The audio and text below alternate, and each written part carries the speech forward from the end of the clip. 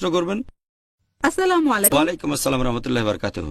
চাচাতো মামাতো ভাই বোনের মধ্যে বিয়ে হলে বিজ্ঞান বলে তাদের যে সন্তান হবে সে সন্তানের জেনেটিক সমস্যা হতে পারে। বোন প্রশ্ন করলেন যে চাচাতো মামাতো ভাই বোনের বিয়ে, এতে কোনো জেনেটিক সমস্যা হতে পারে। আপনি এখানে রক্তের সম্পর্কে বিয়ের কথা বলছেন। এ ধরনের সম্পর্কে আমরা দেখি যে চাচাতো মামাতো ভাই বোনের মধ্যে বিয়ে হয়।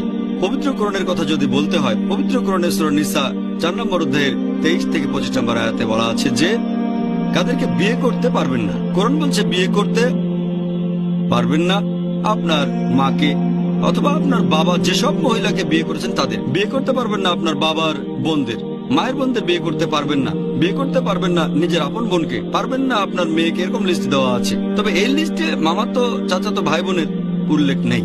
তাহলে কোরআনের এই আয়াতের ভিত্তিতে যাদের বিয়ে করা নিষিদ্ধ তাদের মধ্যে মামাতো চাচাতো ফুফাতো খালাতো ভাই বোনের উল্লেখ নেই। তবে আপন ভাই বোন কোরআন নিষিদ্ধ করেছে।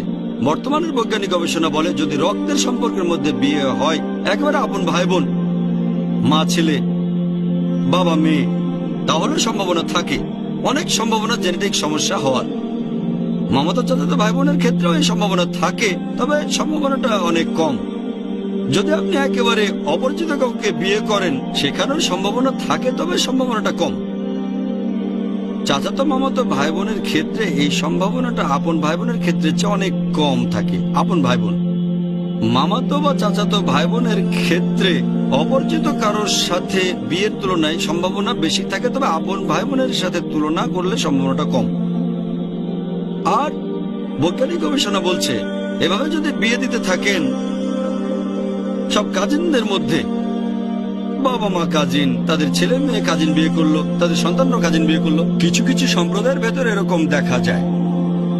যেমন আপনি যদি তামিলনাড়ুতে যান, সেখানে কিছু সম্প্রদায় আছে, তাদের মধ্যে যত বিয়ে হয় তার সবই হয় কাজিনদের মধ্যে। এভাবে প্রজন্মের পর প্রজন্ম চলতে থাকলে হয়তো তাদের মধ্যে জেনেটিক সমস্যা হতে পারে।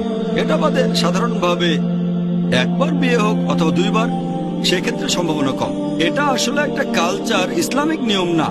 আর মামাতো চাচাতো ভাই বোন বিয়ে করা ইসলামের সুন্নত না, এটা মুবাহ অর্থাৎ ঐচ্ছিক। আর একবার বিয়ে হওয়া, মাত্র একবার, সেই ক্ষেত্রে জেনেটিক সমস্যার সম্ভাবনা খুবই কম। কিন্তু এভাবে যদি বিয়ে চলতে থাকে প্রজন্মের পর প্রজন্ম ধরে সমস্যা হতে পারে। আর একটা হাদিস আছে, বর্ণনা দিয়েছেন আহমেদ সাকার। তিনি বলেছিলেন যে নবীজি মামাতো চাচাতো ভাই বোনের মধ্যে প্রজন্মের পর প্রজন্ম বিয়েকে উৎসাহিত করেননি। আশা করি উত্তরটা পেয়েছেন।